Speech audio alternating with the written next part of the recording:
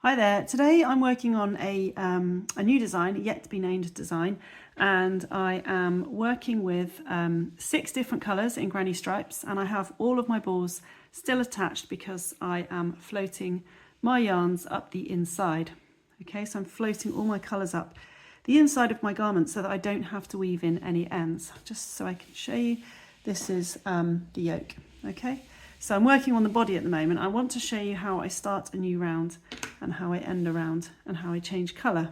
So I don't really like weaving in ends, it takes ages. So as you can see, I have, let's show you from the start.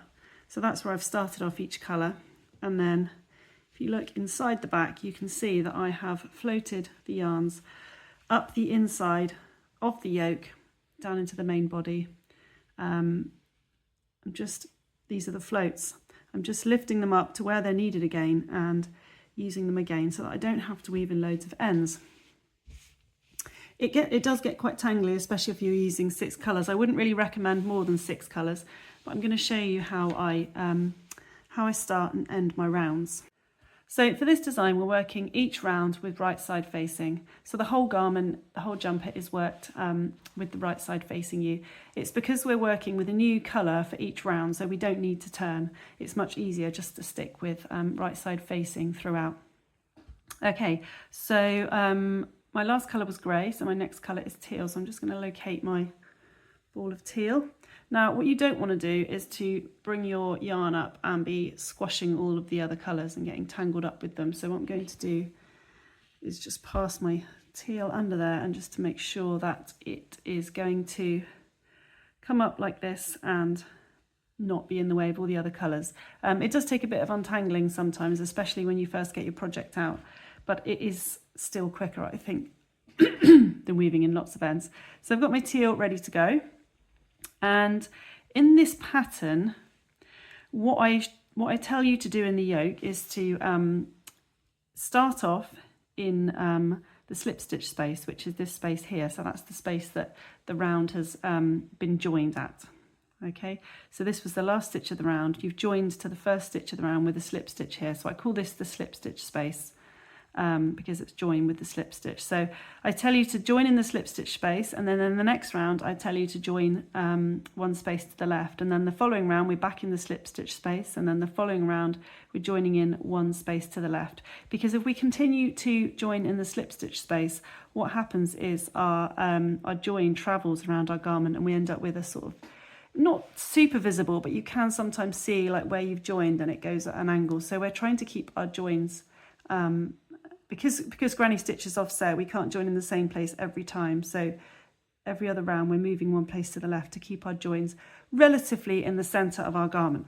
Okay, so if I look here, I can see that that was the first group on my pink row. You can see because that's where the yarn is coming from, where I've joined with the slip stitch. And then in the maroon row, or burgundy row, you can see that was my first stitch.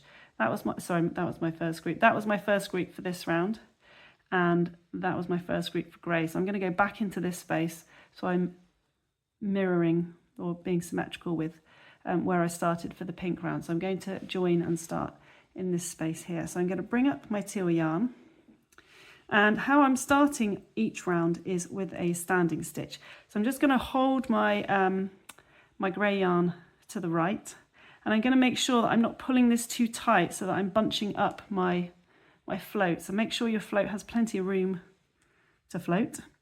Okay, so what you're going to do is bring your yarn up to sort of stitch height, and when I say stitch, I'm talking about a UK treble, a US double crochet. So roughly about the height of your stitch, maybe a little bit taller, just to give the float a little bit of slack. You're going to yarn over twice, okay? So yarn over twice, like that.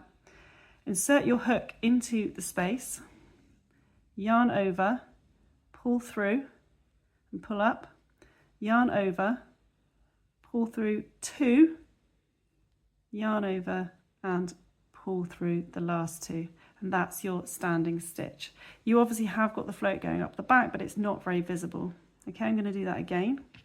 So hold your yarn at the height of your stitch for your new round, yarn over twice, insert your hook into the space, yarn over, pull through, yarn over. You've got 3 loops on your hook, so yarn over, pull through the first 2, and then yarn over and pull through the second 2. And what you've got is what looks like a regular treble, UK treble, US double crochet stitch. Then you're just going to yarn over and work your next 2 UK trebles, US doubles as usual. And then you're going to just continue to work the remainder of your round in granny stitch as you would normally, making sure that when you get to this last one, you don't work over this.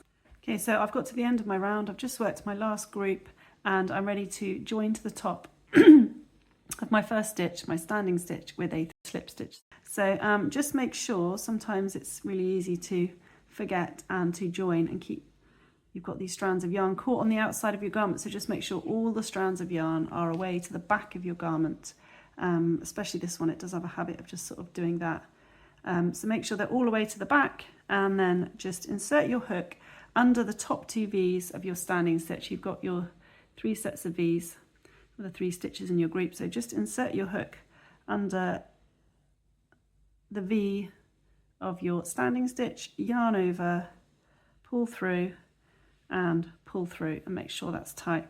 Now what you're going to do is, let's just zoom you out a bit, pull up enough of a loop in order to pass your ball of yarn through to secure it.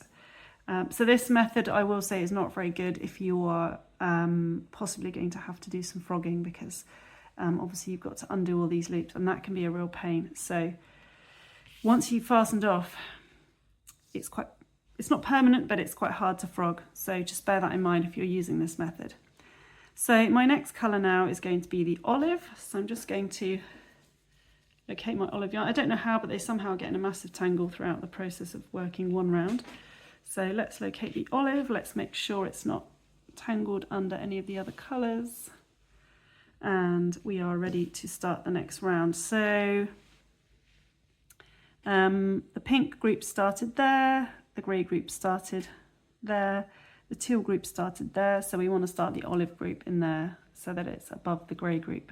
So hold it up to that space so you know which space you're working into, and then wrap your yarn around twice, stitch height above, hook into the space, yarn over, pull through, yarn over, pull through 2, yarn over and pull through 2. So that's your standing stitch, and you're ready to work the rest of your round as usual.